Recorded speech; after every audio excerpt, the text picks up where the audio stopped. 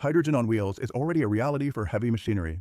At the International Automotive Science Forum in Moscow, the future of fuel was discussed, and the start of work on hydrogen power units for vehicles was announced. This project is part of the state program of Belarus to create its own green solutions. The first prototype, a light truck with a 40 kilowatts capacity, is already ready for testing. The next step will be a commercial version with up to 150 kilowatts for buses, special equipment, and heavy-duty trucks. So why hasn't hydrogen become mainstream on the roads yet? Let's delve into the history and technical details. Back in the 1960s, NASA used hydrogen fuel cells for spacecraft. It was the technology of the future, producing electricity and water with zero emissions. Today, this idea is returning to Earth as a practical solution for heavy machinery. Passenger hydrogen cars, like the Toyota Mirai, proved the concept but didn't become mass-produced due to high costs and a lack of refueling stations. In the segment of freight and industrial transport, hydrogen looks more convincing. Here, range, refueling speed, and continuous operation are crucial, areas where batteries still fall short.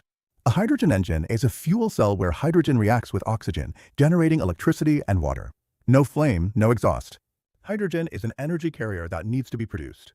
There is gray, blue, and green hydrogen. Green hydrogen is eco-friendly and the most expensive. Producing 1 kilogram of hydrogen requires 50 to 55 kilowatt-hours of electricity, making it 2 to 3 times more expensive than diesel. Hydrogen is finding its niche where electric vehicles are powerless, in heavy machinery, remote regions, and industrial clusters. In Europe and Asia, hydrogen trucks with a range of up to 1,000 kilometers are already on the road. China plans to release over 100,000 such vehicles by 2030.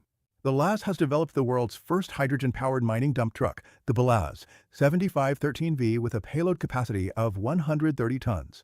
KAMAZ is testing a truck with a 500-kilometer range. Ural is working on equipment for the Arctic, where batteries are ineffective.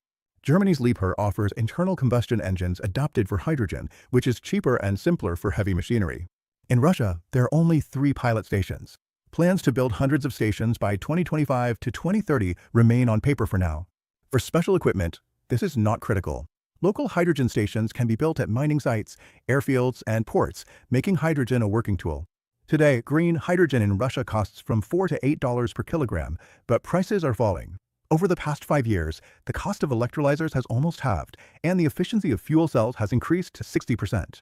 By 2035, hydrogen could become as cheap as $2 per kilogram, becoming competitive. For enterprises with their own power generation, this is a strategic advantage. In parallel, hydrogen internal combustion engines are being developed. Toyota, Liebherr, and KAMAZ are testing such engines that run on pure hydrogen with an efficiency of up to 45%. For Russia, this is an opportunity to preserve its own engine manufacturing and avoid import dependency.